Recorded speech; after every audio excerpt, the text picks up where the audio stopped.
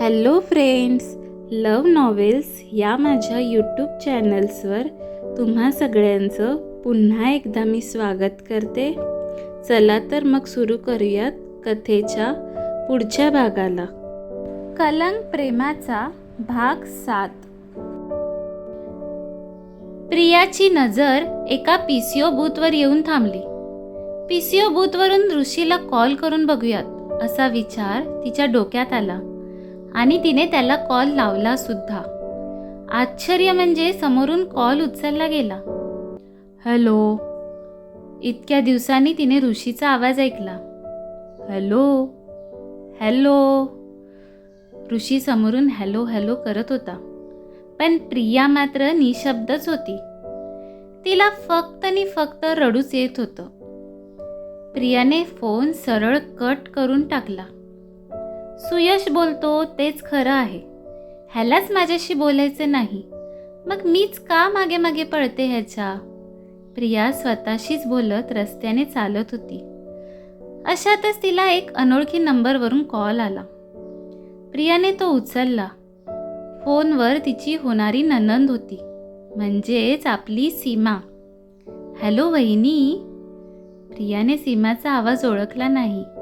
ओळखणार तरी कसं, एकदाच तर भेट झाली होती त्यांची. सॉरी, मी नाही ओळखलं तुम्हाला. कोण बोलतंय? प्रियाने नम्रतेनेच विचारलं. अगं मी सीमा, तुझी होणारी नणंद. सॉरी, तुम्हाला असं अरेतुरे केलेलं चालेल ना? प्रियाकडून तिने परमिशन मागितली. आपण डायरेक्टली मैत्रीण असल्यासारखं बोलू लागलोय हे कळल्यावर सीमाने लगेचच तिची चूक सुधारली. प्रियाकडून प्रतिसाद मिळण्याची वाट पाहू लागली ती. इथे प्रिया मात्र थोडी घाबरली. अचानक सीमाचा फोन कसा काय आला आपल्याला, आणि आपला नंबर कसा मिळाला, असे 1000 प्रश्न तिच्या डोक्यात फिरू लागले. Hello hello. सीमाचा आवाज आला तसं ती प्रश्नमंजुषेतून बाहेर पडली. हो चालेल ना, मी विचार करत होती तुम्हाला नंबर कसा मिळाला ते. प्रिया म्हणाली. तुम्हाला नको ना बोलूस, तुला बोल. मी लहान आहे ग तुझ्यापेक्षा. सीमाने तिला छोटीशी रिक्वेस्ट केली. बरं बरं, तुला. मी विचार करत होती तुला नंबर कसा मिळाला. त्याचं काय झालं, माझ्या काकांनीच तुझ्या वडिलांकडून नंबर मिळवून दिला मला. दादाने ना साखरपुड्याची साडी आणि अंगठी पसंत केली, पण तुला आवडेल तीच साडी घेऊयात असं त्याचं म्हणणं आहे. माझा दादा खूप साधा आणि लाजरा आहे. त्याला तुझ्यासोबत ह्याविषयी बोलायला जमणार नाही, म्हणून मीच फोन लावला. तुला जमेल का यायला आज? सीमाने प्रश्न केला. आज? प्रियाने उलट प्रश्न केला तिला. प्लीज बघ ना ग माझ्यासाठी. हे बघ, आम्ही तुला पिकअप करू आणि घरी ड्रॉप पण करू. प्लीज नाही नको ना बोलूस. सीमाने इतकं लाडात विचारल्यावर प्रियाला तिला नाही बोलायला जमणारच नव्हतं. बरं ठीक आहे, पण मी एकदा घरी पण विचारून बघते. पप्पांची परमिशन घ्यावी लागेल ना मला. प्रिया म्हणाली. अगं वहिनी, त्याची काहीही गरज नाही ग. मी तुझ्या पप्पांकडून तशी परमिशन घेतली आहे. सीमाने पूर्ण प्रिपेअर होऊनच प्रियाला कॉल केलेला. बरं ठीक आहे, मग मी कुठे येऊ? प्रियाने विचारलं. तू आहेस तिथेच थांब, आम्ही येतोय तुला न्यायला, सीमा म्हणाली.